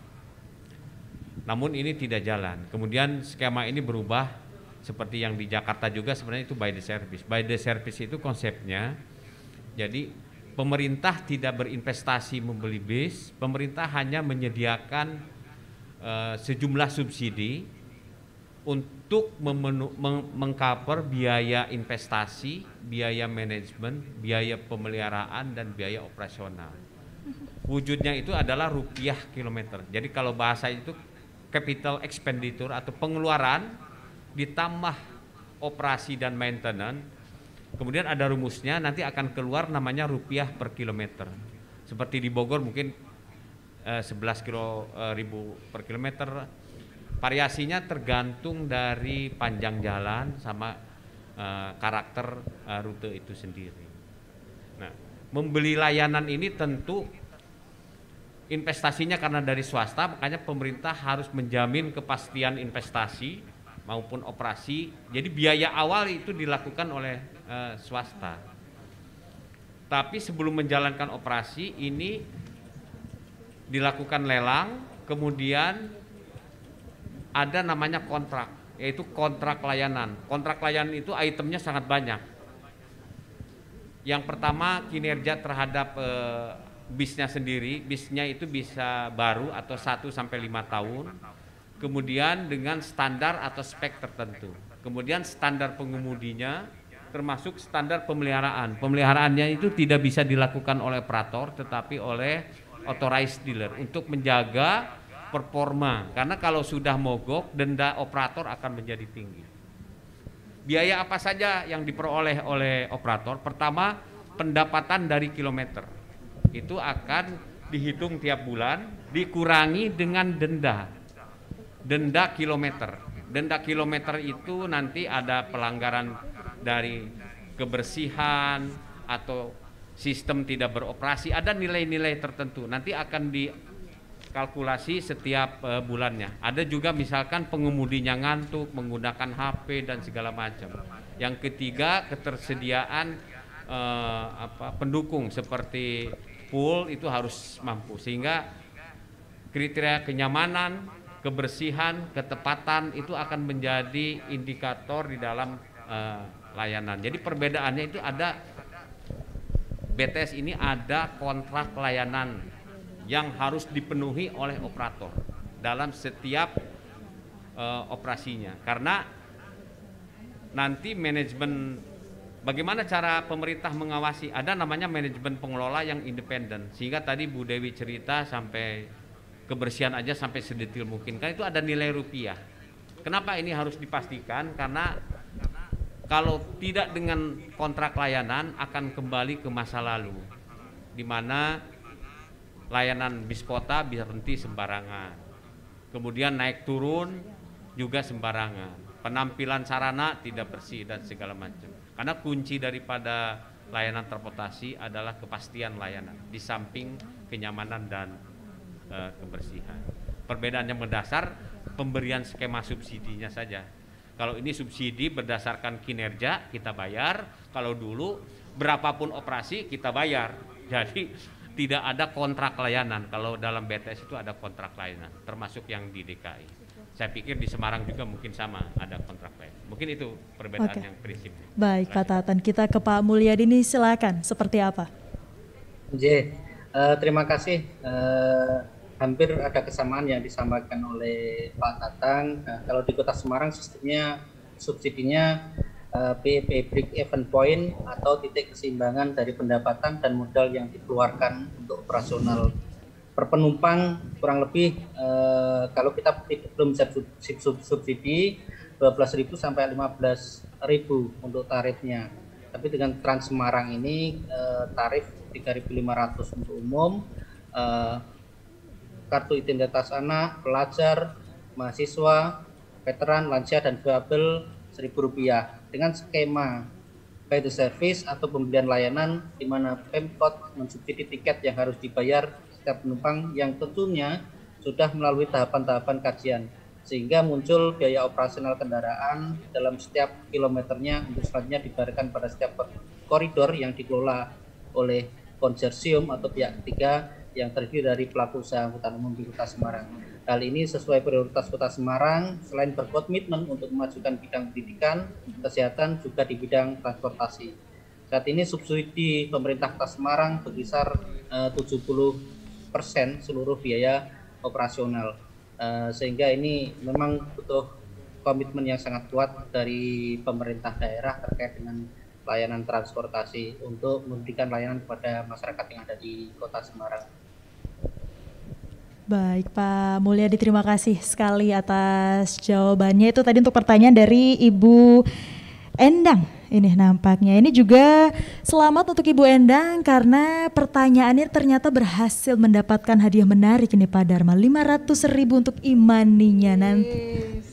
Imani Pak Tata, benar. Boleh tepuk tangannya dulu untuk hadirin. Baik. Kemudian jadi untuk 500.000-nya ini imaninya ada 2 pemenang Pak Dharma. Jadi kita akan pilih satu lagi ini ya. Pemenang satu lagi ini dari Pak Stefanus Ato. Ini menyampaikan ada 3 pertanyaan ini malah ya. Pertanyaan pertama, jumlah penumpang bis kita saat ini per harinya ada berapa? Kemudian yang kedua, apakah perlu ada regulasi yang mewajibkan kepala daerah menjadikan transportasi publik sebagai kebutuhan dasar? Kemudian pertanyaan ketiga adalah, apakah kepala daerah ini bisa mendapat sanksi jika mengabaikan kebutuhan transportasi publik? Nah, ini 3 pertanyaan mungkin bisa langsung dijawab oleh narasumber kita. Tadi mungkin dari Ibu Dewi ini menyampaikan data terkait dengan penumpang bis kita ya Bu Dewi ya? Penumpang bis kita ya, untuk sampai bulan April ini rata-rata perharinya 11.000.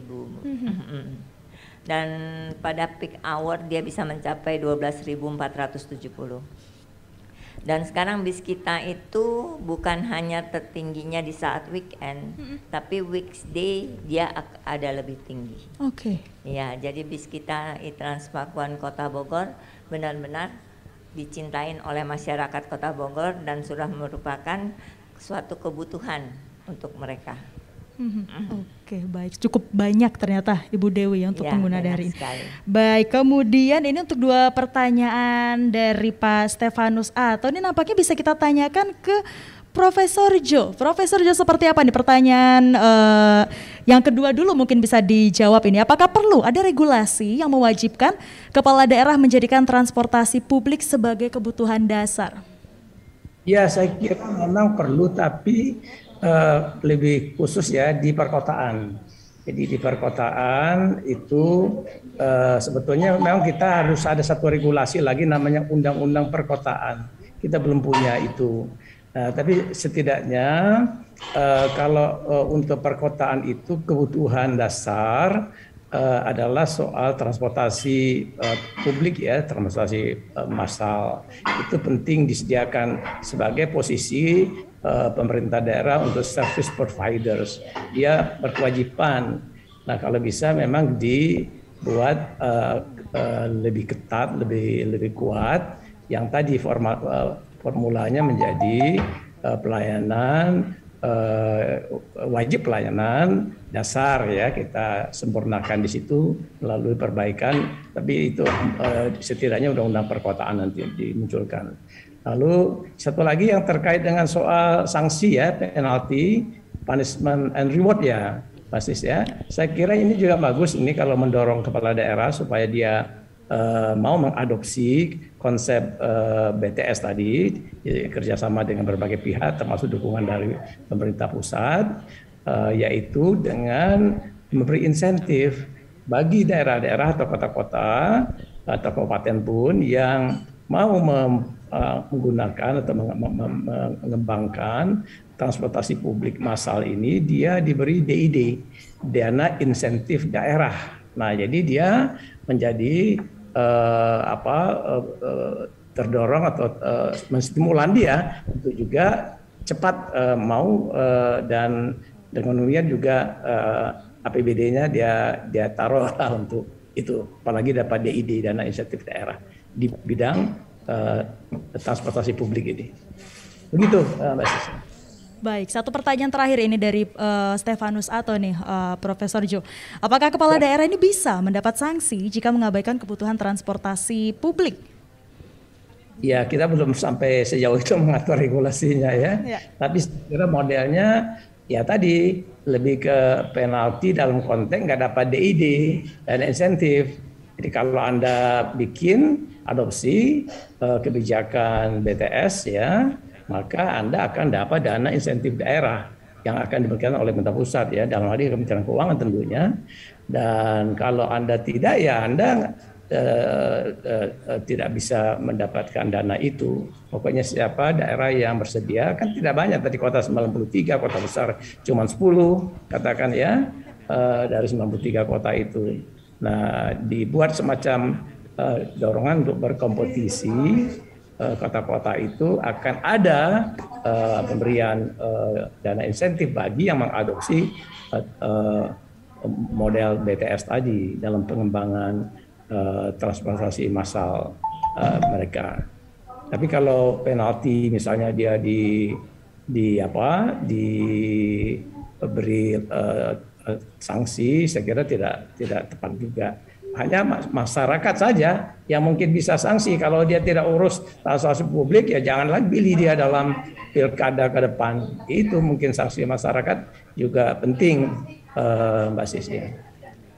Oke, baik Pak Jo, terima kasih atas jawabannya untuk Stefanus Ato tadi ya yang sudah bertanya. Kemudian itu tadi adalah 2 pemenang, jadi tadi ada Ibu Endang dan juga Pak Stefanus Ato ini yang berhasil memenangkan e-money sebesar Rp500.000. Kemudian juga kita ada pemenang lainnya, mungkin ini juga pertanyaan terakhir karena nanti untuk pemenang lainnya Pak Dharma dan juga untuk narasumber kita di sore hari ini akan saya pilihkan dulu. Jadi pertanyaannya tidak saya bacakan karena memang keterbatasan waktu. Ini nampaknya kalau diteruskan bisa sampai besok kayaknya nih Pak Tatan, ya cukup panjang juga. Yang bertanya ini yang berhasil memenangkan e-money sebesar Rp250.000. Ini dari Setia Anggreawan, dia adalah akademisi di Kota Bogor, dari Kota Bogor lagi. Ini pertanyaan kepada Ibu Dewi. saat ini transportasi mulai beralih ke moda angkutan listrik. Apakah bis kita sudah memikirkan untuk mulai mengoperasikan bis listrik? Fasilitas apa saja yang disiapkan operator bis kita untuk mendorong minat masyarakat beralih ke moda transportasi umum sehingga masalah kemacetan dan juga polusi udara di kota besar dapat dikurangi? Silakan Ibu Dewi. Terima kasih. Memang untuk mobil listrik sangat bagus, terutama untuk polusi udara. Tetapi sekarang ini yang masih menjadi hambatan adalah mahalnya unit untuk bis listrik dan pengadaan charging stationnya yang belum ada. Nah, itu menjadi kendala kalau kita mau beralih ke mobil listrik, dan pasti juga biaya per kilometernya itu jauh lebih besar. Jadi itulah yang masih menjadi kendala untuk mobil listrik. Sebagai mencintai lingkungan hidup sih pasti kita semua ingin ya berubah menjadi mobil listrik ya, bila memungkinkan dan charging station sudah ada, pasti kami pun ingin ikut dipermudah serta. Semuanya Bu Dewi ya. Oke, baik, itu tadi untuk pemenang kita dari Setia Anggreawan ini ya. Selamat, Anda berhasil memenangkan e-money sebesar Rp250.000. Kemudian juga ada penanya lain ini yang juga berhasil memenangkan Rp250.000. Namun di sore hari ini nampaknya saya belum saya share juga untuk pertanyaannya, nampaknya Pak Dharma ya, karena keterbatasan waktu tadi. Jadi selamat untuk Jen Daniel ya, ini selamat, Anda berhasil memenangkan e-money sebesar Rp250.000 ya. Kemudian juga untuk pemenang lainnya dari Risma Septiani, ini juga selamat karena Anda berhasil memenangkan e-money sebesar Rp250.000. Dan kita juga ada 5 pemenang, jadi kita akan pilih 5 pemenang juga nih Pak Dharma ya, yang berhasil mendapatkan e-money sebesar Rp100.000. Yang sudah saya dapatkan ini nampaknya cukup banyak dari Syafira Zahra. Ini selamat, Anda berhasil memenangkan e-money sebesar Rp100.000 ya. Ini untuk di diskusi kita di sore hari ini. Kemudian juga yang sudah berhasil dari Davud Napitupulo, ini juga berhasil memenangkan e-money Rp100.000. Wah Pak Dharma, kayaknya kita nggak kedapetan ini Pak, udah diambil semua. Kemudian juga yang sudah berhasil mendapatkan Rp100.000 juga, ini adalah dari Rizky Pratomo. Karena ini menarik sekali pertanyaannya, ini seputar dengan bagaimana ini mengedukasi masyarakat supaya mau beralih dari kendaraan pribadi ke transportasi massal. Ini karena harapannya adalah untuk pencemaran udara tadi ya Ibu Dewi yang seperti dipaparkan tadi. Kemudian juga dari yang sudah masuk ini ya, Felicia Setiawan, ini yang juga sudah menyampaikan pertanyaannya, juga berhasil mendapatkan Rp100.000. Ini adalah untuk e-money-nya. Kita kurang berapa lagi tadi pemenangnya, kurang berapa lagi nih? Kurang satu lagi ya untuk Rp100.000 ya. Untuk Rp100.000 yang juga sudah berhasil, ini banyak sekali ini nampaknya sore hari ini dari, waduh mungkin dari Pak Dharma mau memilihkan, ini bantu saya Pak. Banyak sekali karena dari Zoom webinarnya kita juga di sore hari ini cukup banyak ini yang ikutan mau berdiskusi juga. Ini belum juga pertanyaan-pertanyaan tadi belum saya sampaikan juga. Risma Septiani, ini dari Zoom juga ya Pak ya, dari Zoom webinar juga. Ini selamat untuk Risma Septiani karena Anda berhasil mendapatkan e-money sebesar Rp100.000. Untuk nama-nama tadi yang sudah, kurang satu lagi.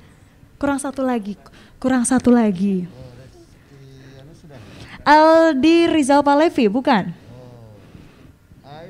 Sudah juga tadi tuh. Sudah tadi nih Pak. Ini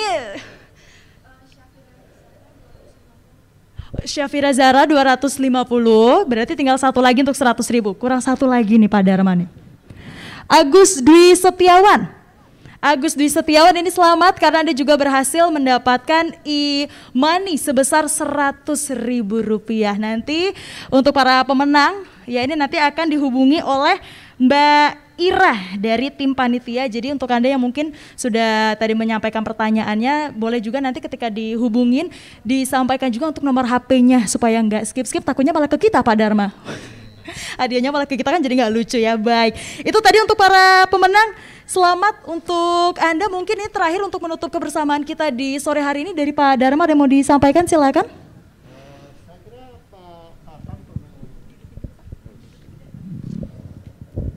Kita dengarkan closing statement dari Pak Tatan, dari Prof.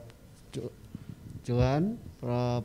dari Pak Mul. Gitu. Sebetulnya tadi ada pertanyaan juga untuk Pak Mul soal bagaimana supaya Trans Semarang itu bisa melayani warga di pemukiman-pemukiman. Jadi sebelum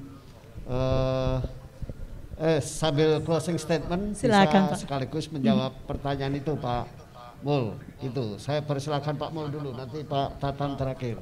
Pak Mul. Pak Mul dan Prof. Jo, baru nanti Pak Tatan, Bu Dewi dan Mbak Ira. Pak Mul masih bergabung? Masih. Oh ya, silakan menyampaikan closing statement sekaligus juga menjawab pertanyaan bagaimana supaya Trans Semarang melayani sampai ke pemukiman. Saat ini sudah ada 12 koridor yang dilayani oleh BRT Trans Semarang. Yang utama adalah 8 koridor, yang 4 adalah feeder. Dari feeder itu adalah daerah perumahan dan pemukiman yang dimana tidak bisa dilayani melalui menggunakan bis besar maupun bis medium, sehingga feeder menggunakan setara long chassis elf agak kecil. Akan tetapi nanti akan kita kembangkan lagi dengan bertambahnya pembangunan yang ada di Kota Semarang melalui daerah infrastruktur, kita sesuaikan dengan kelas jalan yang ada. Kalau daerah perumahan pemukiman yang dimana nantinya tidak bisa dilayani dengan long chassis elf, ya pasti kita akan layani yang lebih kecil setara dengan MPU atau mobil penumpang umum yang ada. Dan ini adalah sudah kami rencanakan di dalam urban mobile planning Kota Semarang, sehingga ini secara bertahap akan beralih dari semua moda transportasi massal sampai ke daerah-daerah perumahan dan pemukiman yang dimana belum dilayani salah satu angkutan umum yang lainnya, sehingga sudah kita petakan mana nanti daerah perumahan pemukiman yang belum terlayani sama sekali akan kita layani dengan yang namanya subfeedernya nanti. Rencana kami seperti itu, karena kami sudah melaksanakan di 4 feedernya di daerah perumahan pemukiman yang tidak terjangkau oleh bis besar maupun bis medium yang ada di BRT Trans Semarang. Untuk penutup mungkin bisa menjadi sebuah inspirasi dari kota-kota yang ada di Indonesia, bahwa selama 2 tahun ini kita terkena pandemi, kami berusaha menjadikan Trans Semarang merupakan salah satu transportasi umum massal yang aman untuk digunakan, tentunya dengan menerapkan protokol kesehatan. Kemudian dengan adanya isu lingkungan, kami berusaha menurunkan emisi gas buang kendaraan dengan memasang converter kit BPG di armada Trans Semarang, sehingga selain menurunkan emisi, kita juga mengurangi penggunaan bahan bakar fosil. Terima kasih. Baik, terima kasih untuk Pak Mul. Ini juga closing statement ini nampaknya dari Prof. Jo. Sebelum saya membuka juga diskusi untuk peserta aktif yang hadir secara offline, secara tatap muka di sore hari ini. Silakan Prof. Jo. Ya, closing statement saya ada 2. Satu, untuk daerah-daerah yang sudah mengembangkan sistem transportasi massal, Kota Bogor, ya, lalu Semarang dan Jakarta, diharapkan pemerintah pusat terus mengawal, menjaga agar terus bisa dikembangkan, karena saya khawatir juga ini ada pilkada ke depan, apalagi juga akan ada pergantian kepala daerah, maka itu bisa, kalau mereka tidak punya komitmen, itu bisa terganggu. Nah, yang kedua, percepatan terhadap kota-kota lain yang memang ada kebutuhan untuk pengembangan transportasi publik massal, mungkin juga penting dilakukan. Nah, dengan demikian kita akan terus berkembang, tidak hanya 3, mungkin target ke depan bisa jadi 10, bisa jadi 20, bisa seterusnya jadi seluruh kota-kota besar kita. Demikian, Mbak Sis. Baik, terima kasih untuk Prof. Jo ya atas closing statement-nya, dan juga karena tadi kita sudah membuka diskusi untuk peserta online dari Zoom webinar dan juga live streaming kita di kanal YouTube. Kita juga akan buka diskusi ini untuk narasumber kita di sore hari ini dengan para tamu kita yang datang secara offline, secara tatap muka. Ini saya terima ada yang ingin berdiskusi juga dari Pak Nirwono Yoga. Selamat sore. Silakan Pak, pertanyaannya. Setodong. Ya, terima kasih. Terima kasih Mas Tias dan kawan-kawan. Tadi saya ingin menggarisbawahi saja bahwa salah satu upaya untuk mempercepat pembangunan tadi kan Bogor, kota Bogor tadi sebagai pilot project. Nah mungkin ini bukan pertanyaan, mungkin lebih kepada ingin menekankan kepada strategi bagaimana kita mempercepat untuk hal yang sama di Kota Bogor tadi juga dilakukan di Kota Depok, Kabupaten Bogor, Kota Kabupaten Bekasi, terus kemudian Kota Kabupaten Tangerang dan Kota Tangsel ya. Jadi itu mungkin apakah mungkin itu dalam waktu taruhlah 3 sampai 5 tahun misalnya Mas Tias. Sehingga kita punya target yang sama, strateginya apa yang harus bisa dilakukan oleh teman-teman di sini. Kira-kira itu yang penting. Terima kasih.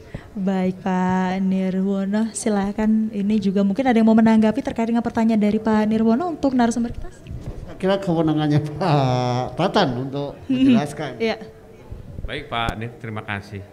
Mungkin tadi telat masuk ya waktu saya. Jadi tadi saya sudah bercerita bahwa selain Bogor, BPTJ ini punya rencana induk transportasi Jabodetabek, nanti akan mengembangkan di Bekasi, di Depok dan Tangerang, kawasan Tangerang. Dan ini sudah pembicaraan ketiga kemarin. Di internal perhubungan kita sudah masukin proposalnya, tinggal kita berbicara dengan Kementerian Keuangan dan Bappenas. Mudah-mudahan nanti bisa terrealisasi. Tapi ada catatan, ini bukan hanya sekedar BTS, trayeknya ada asal ada, tapi harus benar-benar benchmarkingnya seperti Kota Bogor.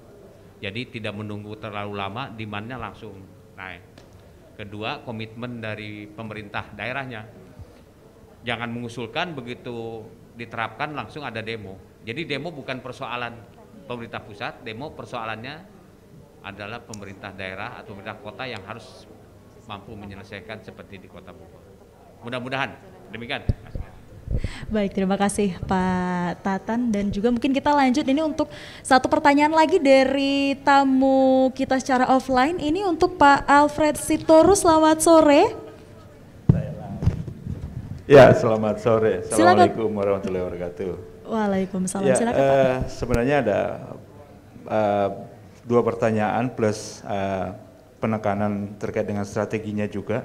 Yang pertama, Koalisi Pejalan Kaki mau habis Lebaran ini mau memberikan satu report komplit kepada Pemkot Bogor dan juga ke BPTJ juga nanti terkait dengan prioritas-prioritas halte di mana yang memang perlu dibangun first mile, last mile, kawasannya itu 300 meter minimal ya, karena memang itu prasyarat dari Kementerian PUPR ya, di mana simpul public transportasi itu minimal 300-400 meter harus dibangun first mile last mile-nya yang memang volume pejalan kaki yang menuju haltenya itu cukup tinggi Pak. Gitu. Jadi itu memang perlu koridor-koridor dari koridor 1 sampai 6 itu sudah kami datangi selama bulan puasa ini mana-mana saja.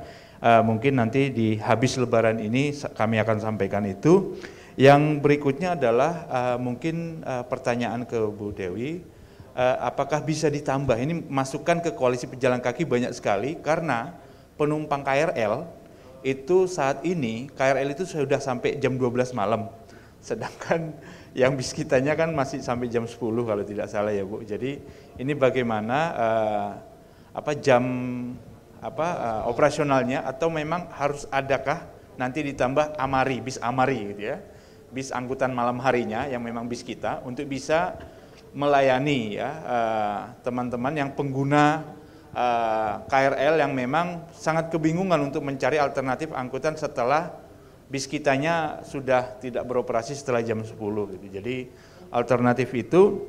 Yang berikutnya adalah yang sangat membanggakan adalah sekarang masyarakat kita, publik itu sekarang mencari halte ataupun stasiun untuk mencari hunian terdekat, Pak.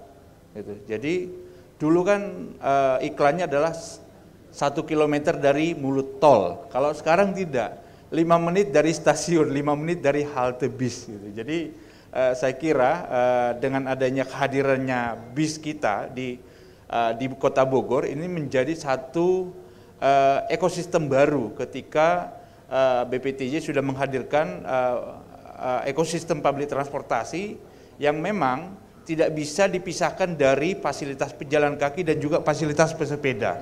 Jadi saya kira ekosistem itu memang harus dibangun supaya masyarakat punya pilihan, ya. Jadi pilihannya sekarang kan hanya rata-rata ada di genggaman kita, yaitu ojek online dan yang lain-lain, tapi dengan hadirnya bis kita dan juga teman bus di beberapa kota lainnya, itu memberikan ekosistem baru di publik transportasi yang memang sampai saat ini masyarakat perlu push and pull yang selama ini kita gadang-gadang. Saya kira itu dari Koalisi Pejalan Kaki, semoga bisa ditanggapi dan segera kita bangun bersama publik transportasi seperti bis kita di penyangganya Jakarta itu Jabodetabek. Saya kira itu. Terima kasih. Wassalamualaikum warahmatullahi wabarakatuh.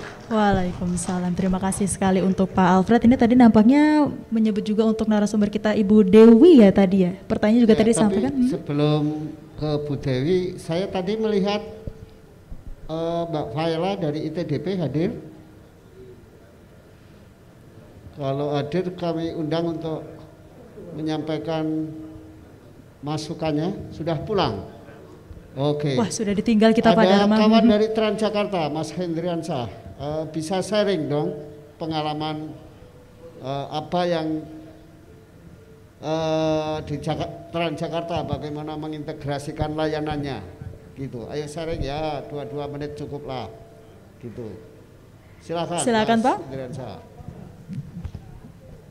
Gimana setelah mendengar soal diskusi ini ya? Kan BTS itu kan juga dulu berkiblatnya ke TJ nih. Nah, gimana? Sebagai kiblat gimana? Saya jadi Mekah ya Pak.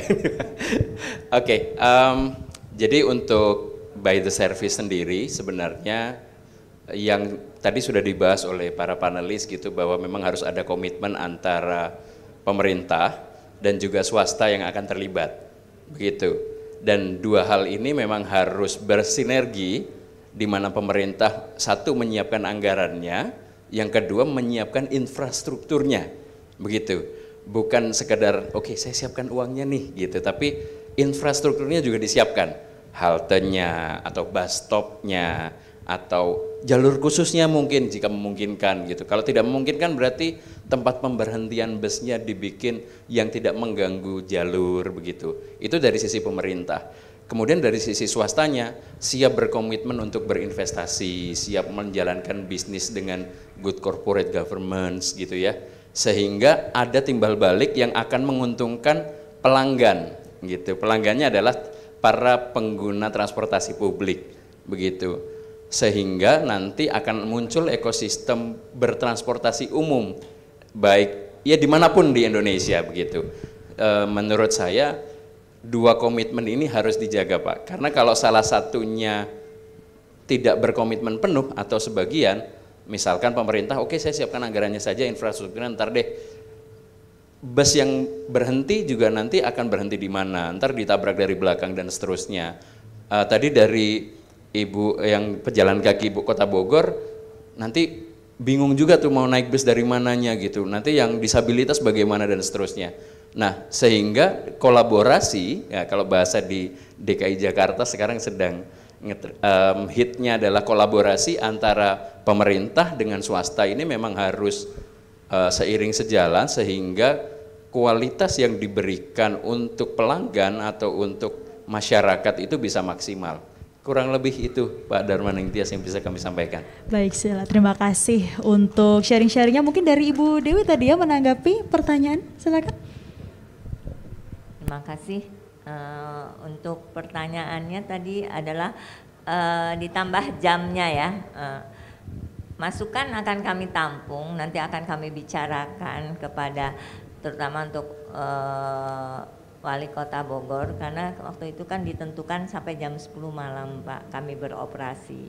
Mungkin kalau memang pemerintah Kota Bogor menghendakin lebih, akan kami diskusikan juga dengan BPTJ, karena itu jam malam itu dulu ditentukan oleh pemerintah Kota Bogor. Jadi kami operasi kami sampai jam 10 malam dan